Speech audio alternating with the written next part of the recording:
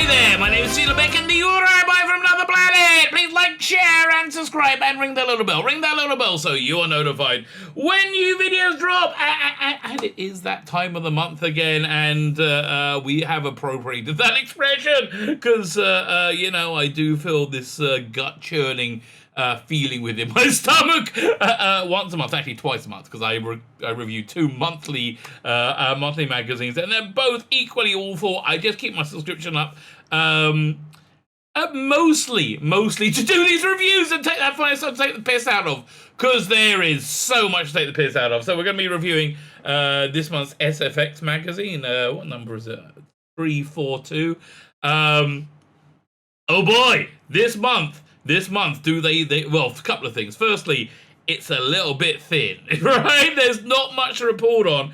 Now, I noticed this with Doctor Who magazine, just running out of stuff to put in it, right? The people in it just can't work out what to put in it. And also running out of staff, right? There's a lot less people working on Doctor Who magazine now than there was a couple of years ago. So I noticed the same thing this month with SFX magazine. It seems like the staff have been cut in half. That's what it looks like. I don't know. Maybe everything is fine. Also seems like it's a very threadbare. They're really like grasping at straws to find something to report on. My guess is that this is from about a month or so ago.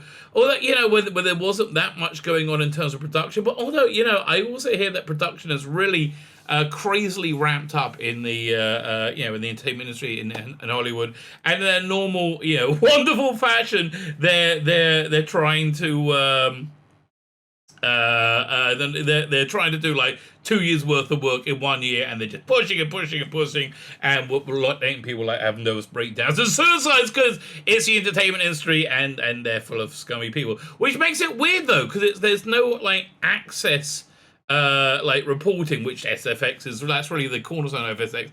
Could Corona, could the virus be the end of access media if they're not allowed access, right?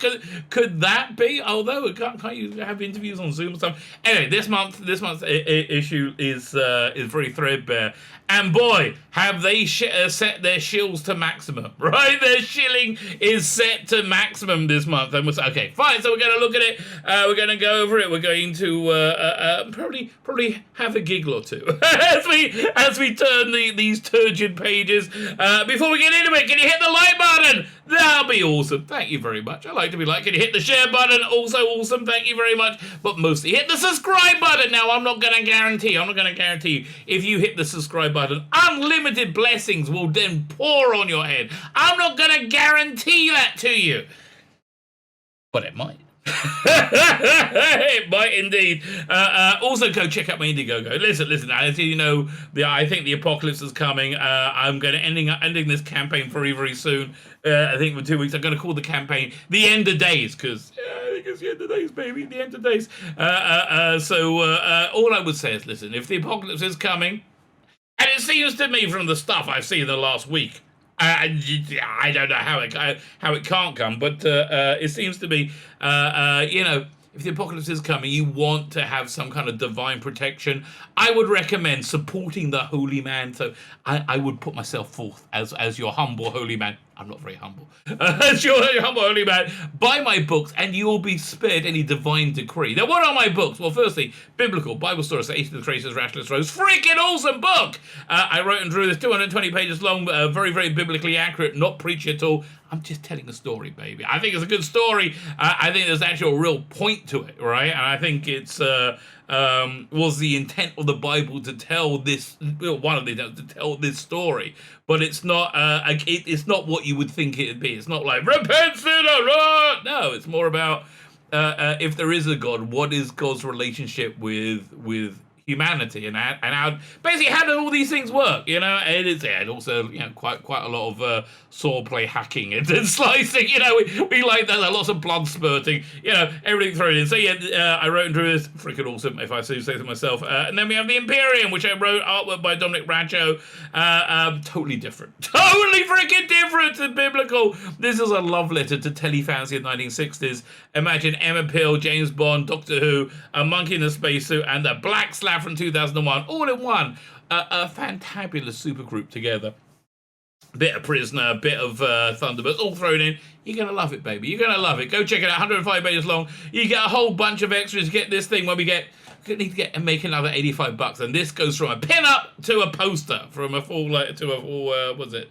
A2, that's 18 by 24 or something. And then you get all the For the Male Gaze cards. It's freaking awesome, mate. It's freaking awesome. It's the deal. It's the steal. It's the sale of the century. Go check it out. Links below in the video notes. Let's just finish up the For the Male Gaze cards, because, why wouldn't we? Why would, oh my, Councillor Troy, it's so nice to see you once again. And then I'm afraid we have to start looking at SFX magazine. So here we go, bit of SFX, and you notice that they don't cover up the bottom of the F anymore, so it looks like Sex Magazine. Yeah, those days are over, right? Those days of having a naughty giggle are totally over, because there's no normative heterosexuality anymore. That's a bad thing, apparently.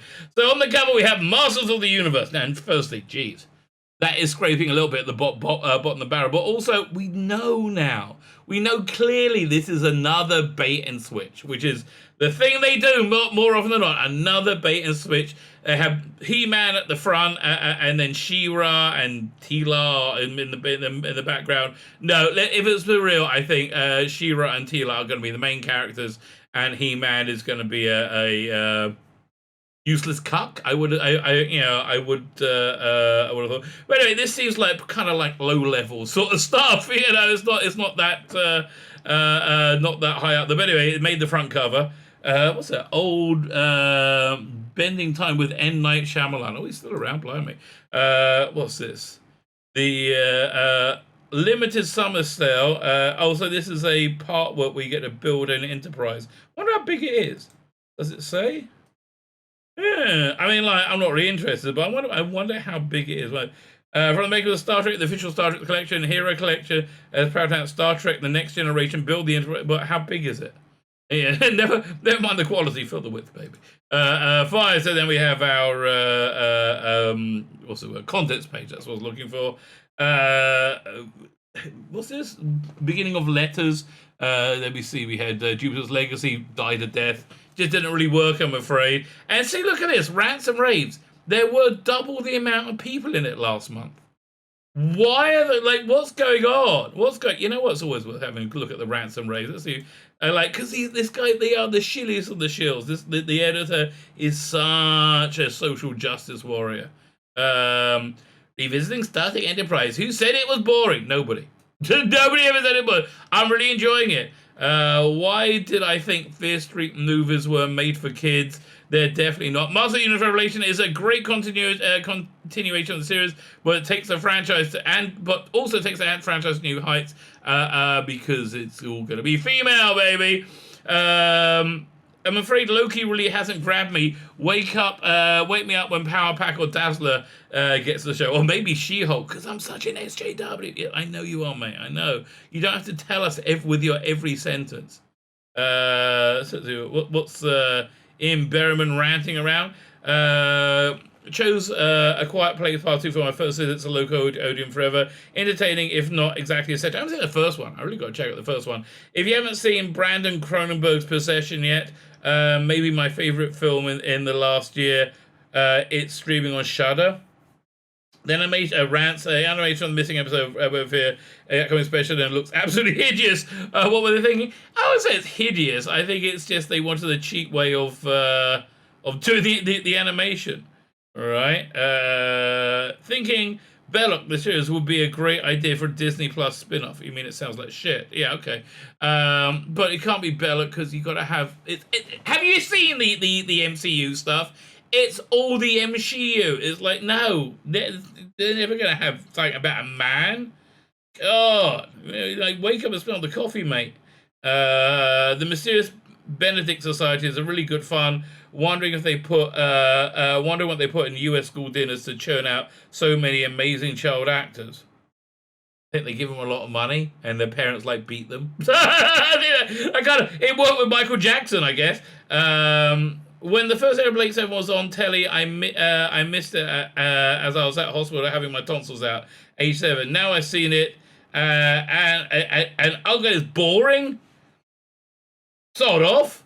But in my rewatch, I can look forward to Gam being crushed, Aurak, Servalan, basically dominatrix. Yeah, I always say that. Problem being says no.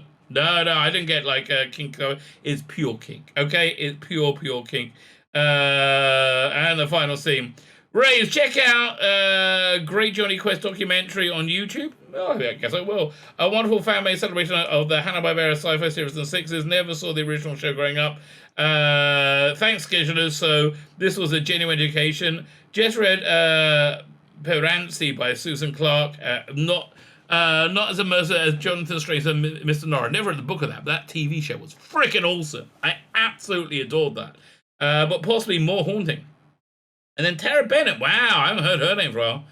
US editor. Wellington Paranormal is finally doing finally showing in the US. It expands the What We Do in the Shadows verse into more local quirky and New Zealand's I got to check that out. New Zealand landscape. Keep adding spin-offs. Yeah, I love what they do in the shadows. Listen, one of the things I hate Taika Waititi. I hate him. He's just a massive douchebag. Taika Waititi. But good filmmaker, good creator.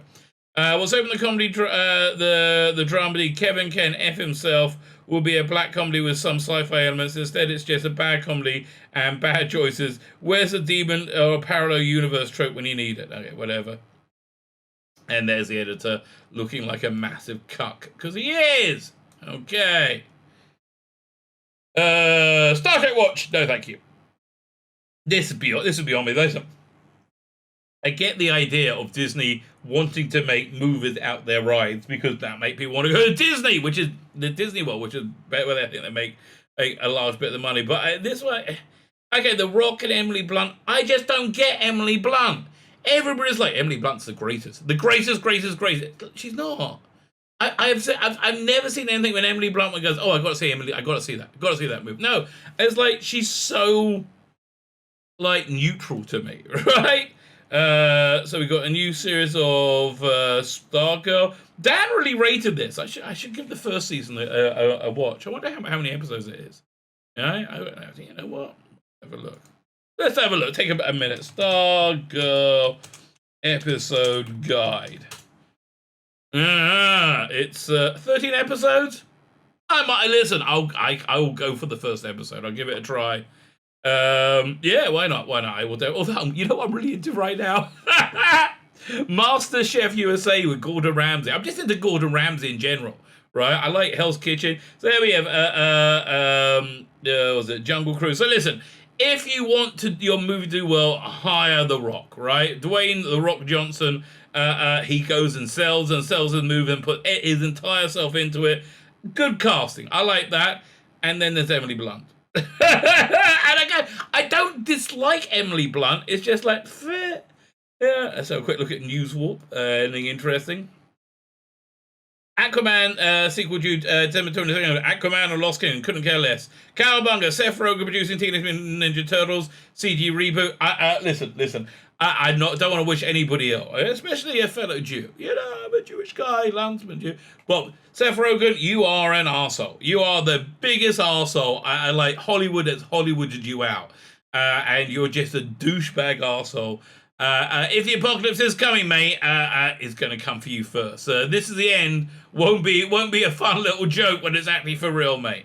Aaron Taylor Johnson top-lining solo film for Spidey villain Kraven the Hunter. Yeah, that whole raft of like Spidey villain spin-offs. I'm interested in. Like, look, Venom wasn't a bad movie, and it had Tom Hardy in it. That made it a must see for me. But I'm really into Mobius the Vampire and Kraven. I think this is all interesting stuff. I think it's some of the more interesting stuff coming out from Hollywood. But everything coming out right now is really, really awful. Let's have a look. What else we got? Quiet Place Part 3. Haven't seen Part 1 yet. Toxic. Kevin Bacon is the villain in Trober's Toxic Avenger reboot. Okay, Brian Fuller is a name you want to watch. Brian Fuller just does good quality. He was supposed to run Star Trek Discovery, and you can see the exact millisecond where they ran out of his ideas after he was got rid of in A Night of Long Knives. Brian Fuller's helming a new version of Stephen King's Christine for Blumhouse. Interesting. Doing a movie. Interesting. Warner Bros. Animation and New Line Cinema teaming up with Lord of the Rings anime prequel, The War of what's it? Rohheim. Okay, fine. MGM remaking blaxploitation horror Blackula. Well, that's going to be terrible, isn't it? Rob Zombie directing a new version of The Monsters. Now, I don't know why they can't make a new version of The Monsters. A fantastic version that they made a pilot of was by Brian Fuller, called Mockingbird Lane. It starred Eddie Izzard as Grandpa Munster. Freaking awesome. Portia de Rossi as Morticia. What's her name? The guy from Stand By Me and Sliders as Herman Munster. It was just good. Right, come back. What's about Alexander Skarsgård? Alexander Skarsgård cast as Brandon Cronenberg's sci-fi tale Infinity Pool. Todd Phillips co-writing Joker sequel. We always knew it would happen. I kind of hoped it wouldn't. Okay, I like that bit of news. My son's really into this, right? I think August is when there's a when something's on HBO Max that I wanted. So when I get HBO Max that I'll get my son. But look, LeBron James. Yeah, you're probably a lovely guy. I think you have genuinely contributed to real harm to the world by putting forth this, I think, disingenuous lie that the Western world is inherently racist. It simply isn't. It simply isn't. Yes, there are things that black people face that white people don't. There are things that white people face that black people don't. And to be sure, a large portion of the black population of America live in poverty and have a much higher crime rates because they live in poverty. I would say they live in poverty directly as a result of extreme left-wing policies designed to enslave black people. And that's what I said. This whole thing is a bit of an aside. The whole thing about voter ID going on in America right now. They think voter ID is racist because black people are too stupid to get IDs. And I'm not even making that up. That is their argument. And they're like, voter suppression because you want black people to have photo ID. So, do these left-wing people think black people are allowed to go on planes? Because they don't have ID because they're not smart enough. They don't know how to do it. So how can they get on a plane? No. Okay, so it's like, I don't know how people complaining about racism have become the most racist people in the universe. But anyway, that's the reason I'm not rushing to get your study movie, LeBron James. That I'm not interested. So here's the first time we are out of news, right? We are just totally out. 14 pages in, we are out of news. Richard James on adapting Jerry Anderson's unmade space opus 5 Star 5 into a new novel, right? So it's a book on tape. I think they did. There's a book and a book on tape. At least a book on tape they're doing with Big Finish. Feels like it should be a full cast drama, and like this is weird. I mean, it just 2 pages on that. Like Big Finish would hardly get a look in. Now it's like it's huge. More news warp. J-Lo set to battle AI in Netflix sci-fi future thriller Atlas. Couldn't care less. Good place. Jamila Jamil joining Marvel's She-Hulk as the villainous Titania. Don't care. Forrest Whitaker reprising role as Rogue One's Saw Gerrera in Star Wars Andor. That makes sense. Die Hard's Jeb Stewart writing a live-action Assassin's Creed for Netflix. Luke Evans and Josh Gad returning to for Disney Plus prequel to 2017's Beauty and the Beast. NBC's groundbreaking Missing Plane Mystery Manifest. A grounding Missing Plane Mystery Manifest after 3 seasons. My daughter's really into that, I think. Yeah. Stephen and Robbie Amell selling Code 8 sequel to Netflix. Interesting. I also heard, was it Greg Berlanti is moving, who does all the Arrowverse stuff, is moving to Netflix exclusively. Tough Up McFarlane turning a live-action Spawn spin-off based on Tex, Sam, and Twitch. Okay. John Reddick playing Big Bad Albert Wesker in Netflix Resident Evil adaptation. Neil Gaiman's good returning for a second season with David and Michael Sheen on board. That's very interesting. Neil McDonnell joining Macaulay Culkin and Francis Conroy. So it's a good cast for the 10th season of American Horror Story. I couldn't watch American Horror Story. I got about halfway through the first season. I was just okay. It was a bit where you had like this ghost or something in a weird bondage, black rubber bondage outfit walking behind in the background, like spooking people who live there. And I was watching it on my own in like the middle of winter and in my basement, and it was raining out and it was scary. And then suddenly the power went out and it was very dark and I was on my own. I'm not watching anymore. Even the opening title scared me. I'm not watching American Horror Stories. I'm out, mate. I'm out. Tarantino director John Guillermo was set to direct this movie that from this book until funding fell through.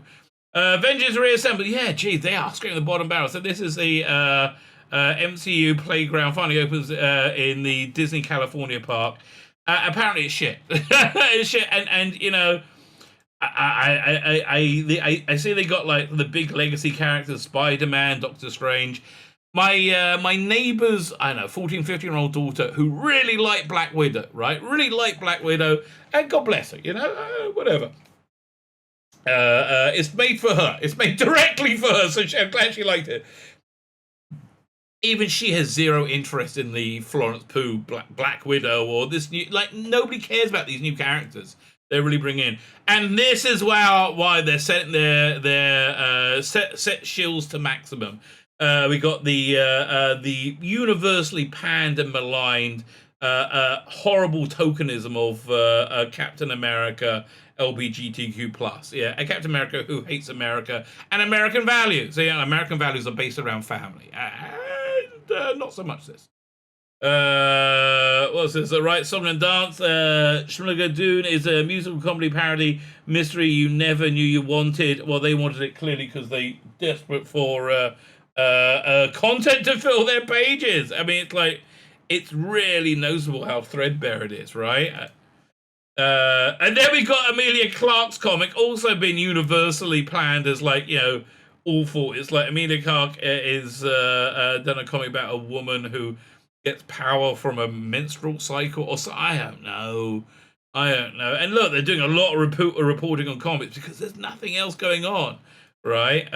So then we got the I haven't read this. I'm just assuming this massive Shilling article for Master of the Universe.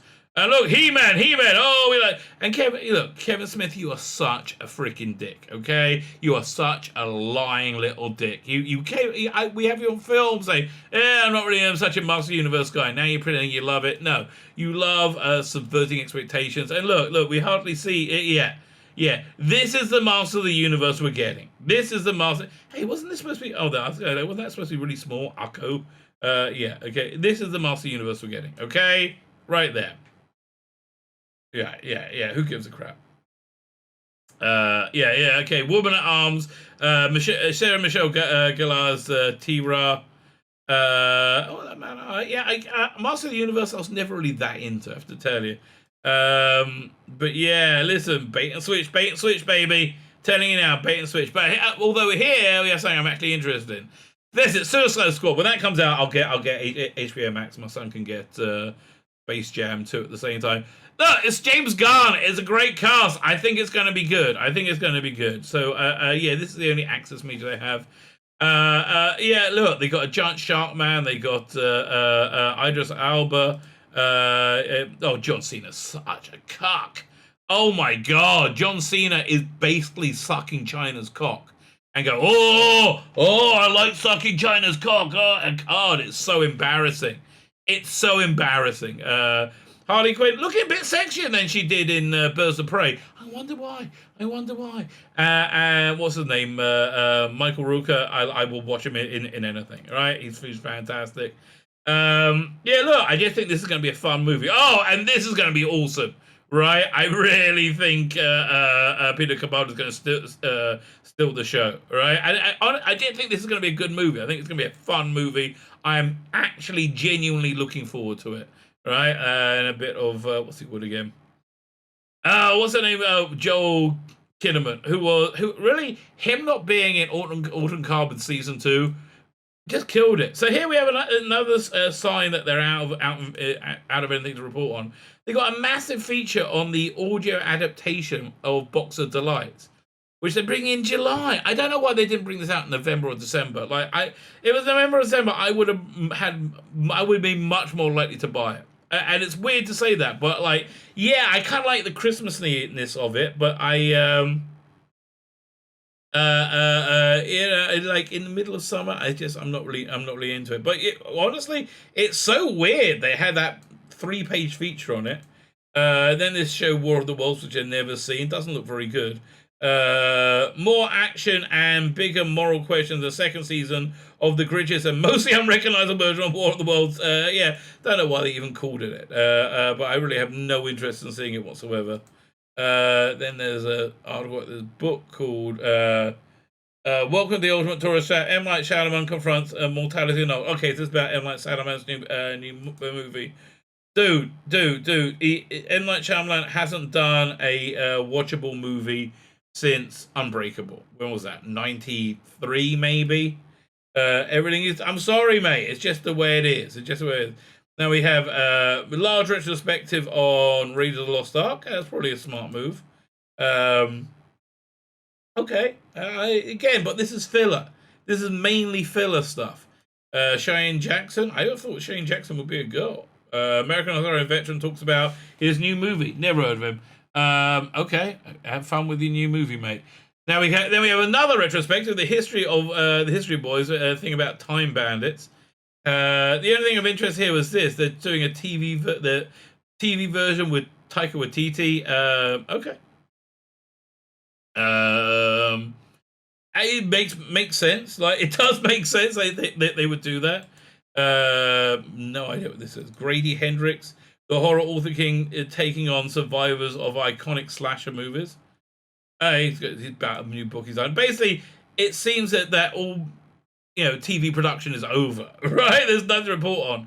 And then, like, the turgid Black Widow, and, like, look, there was just no charisma, sex appeal at all in this movie, right? None whatsoever. Kind of boring. Look at this expression she's got in her face. That's basically the expression she has for the whole movie. Like, just turgid. And, of course, it gets 4 out of 5 stars. Oh, break the glass window. So stunning and brave. Yeah, that's basically the Black Widow we get. Why don't we get, like, a part, like, they have to go to a glamorous party at some point and infiltrate and seduce and be sex? No, none of these things that are, like, central to the premise of Black Widow. At one point, Elena mistakenly calls Alexei Crimson Duo the name of another Russian Marvel comic supervillain. Okay, whatever. And listen, Florence Pugh. Right, look how short she is. She must be like 5'1", if that. She seems like a perfectly nice person, right? I saw her being interviewed. She seems like a really perfectly nice person. She's not sexy. I'm sorry. She doesn't strike me as somebody who could seduce you. She's like, they all seem like sexuality is saying to be ew. It's like going to the bathroom, like having a poo. No, I don't understand. So now a bunch of stuff that I'm not interested in. Forever Purge, don't care. Deerskin, no idea. It's only 77 minutes long. Blimey, what is that? Anybody who made this? Okay, so it sounds like some foreign movie. Quentin Dupieux and Jean Dujardin and Hala Adel Haino. Never heard of any of you. Never will. Yeah, Moonman. You see, look, there's nothing even to. There's not even a review I'm interested in. It's over, baby. I mean, everything's ramping up now, but whoa, is this a Fred Bear issue, right? Catler season 1, Raising from it. I never heard of it. It looks like a foreign language thing streaming on Netflix. Then there's Resident Evil Infinite Darkness, also on Netflix, some kind of like CGI cartoon. Another Netflix thing, Godzilla's Singular Point, not really that interested. Now, this was a good movie. Of course it only gets 3 stars. You know why? Because it's a normal freaking movie with like a male hero being heroic. right? Yeah, but no, you know what? It's like, again, setting shilling to maximum, right? Setting shilling to maximum. The whole thing. I'm just not interested. Luca, of course, this gets more. I mean, what is this crap? Never heard of it. Never heard of this. But whatever. Bad hair. Oh, I want to see that. Vicious Fun, Occupation Rainfall, Witch Hunt Away. Yeah, none of these things I'm like looking at. Werewolves Within. Never heard of it. Don't care. Don't care about any of this stuff. And I think that, again, that's where Netflix is caught right now. This looks familiar. Hell Night from 81. Linda Blair. I've certainly seen this before. Certainly seen this before. Let me see what they say about Looper, because they can't say anything bad about Rian Johnson. Looper centers on a hired killer, Joseph Gordon-Levitt, who terminates people sent back to the future. But when Joe faces the future self, Bruce Willis, lands on the killing mat, he gets away. We said along the way, there's a glorious action, grisly surrealism, and some quotable, hard-bodied dialogue. Okay, I think that's actually fair. That wasn't a terrible movie. This looks interesting. What year was this from? 66. I mean, yeah, look, it's interesting, like, from a film point of view. Settlers, no interest. Fear Street, parts 1 and 2. Goodbye. Unholy, Dare the Dolphin. Like, I can always tell when something's old, because I'm like, I stop and I pause and go, oh, maybe I will. Maybe I will look at that. Yeah, nothing. Just nothing here. Nothing here of any interest. What? The John oh, that's interviews for Mythmakers thing. John Pertwee is Notes from Burning Age, 3 bullets. No, again, none of this stuff really landing. 80 years, the first 80 years of Captain America. It's going to be the only 80 years. Don't you remember? You've destroyed Captain America. You had an article about it in the beginning. Yeah, it's not going to be around 80 years from now. There's not going to be America around 80 years from now. That's really the disturbing truth. There just isn't. Heroes Reborn, because the old ones are crap, obviously. We hated them all. Berserk, I read the first issue. Yeah, it didn't really do much for me. Good artwork here. This is Gary Frank. Well, he's a good artist. I don't know. Am I interested? Maybe slightly. Maybe slightly. Modern Frankenstein. I didn't even know this was out. Paul Cornell. You know what? I bet my Indiegogo. I bet I made more money from my Indiegogo comics than he's made on this. I never heard of it. Never heard of it at all. Dungeons and Dragons Dark Alliance. What is this? Oh, it's like they're bringing Dungeons and Dragons to like Xbox. Fine. Okay, that's interesting. And PlayStation 4, PlayStation 5. Okay. Wow. Time Fracture gets a planning. Gets a serious planning. Anything else here? Voice of the Fire? 1 second. Voice of the expect to pay 99p a track for Alan Moore's 1996 novel Voice of the Fire, which follows 12 different characters in all the Hampton region across 6,000 years, is now an audiobook available via Audible. And the narrator lineup is Maxine Peake, Toby Jones, Mark Gatiss, Sleaford Mods, Jason Williamson. Finally, the podcast lovers may know Realm recently. Okay, oh. I might give that a try. That sounds interesting. And then next month, August 11th, we're going to be looking at Titans Series 3. At last, they have something to report on 80 Lower Decks. God help us, more Lower Decks. And the Haunted Mansion. They wanted to do a movie of the Haunted Mansion. Guillermo del Toro was going to do it, and then it fell through. So he basically made the same movie as Crimson Peak. Pretty good. It's like a color version of a 1960s movie you would watch on a Sunday afternoon. Right? That's essentially what it is. Okay, and then mercifully, we're at the end. Oh, thank God. Master of the Universe, not so much. So there you go. SFX magazine sets shills to maximum, baby. Sets shills to maximum, because that's what they did. My name is Tzvi Lebetkin, the Rabbi from another planet. Please like, share, and subscribe, and ring the little bell. So you are notified when new videos drop. There you go. I totally had a brain fart there. Forgot what I was doing. Have yourselves a fantastic day.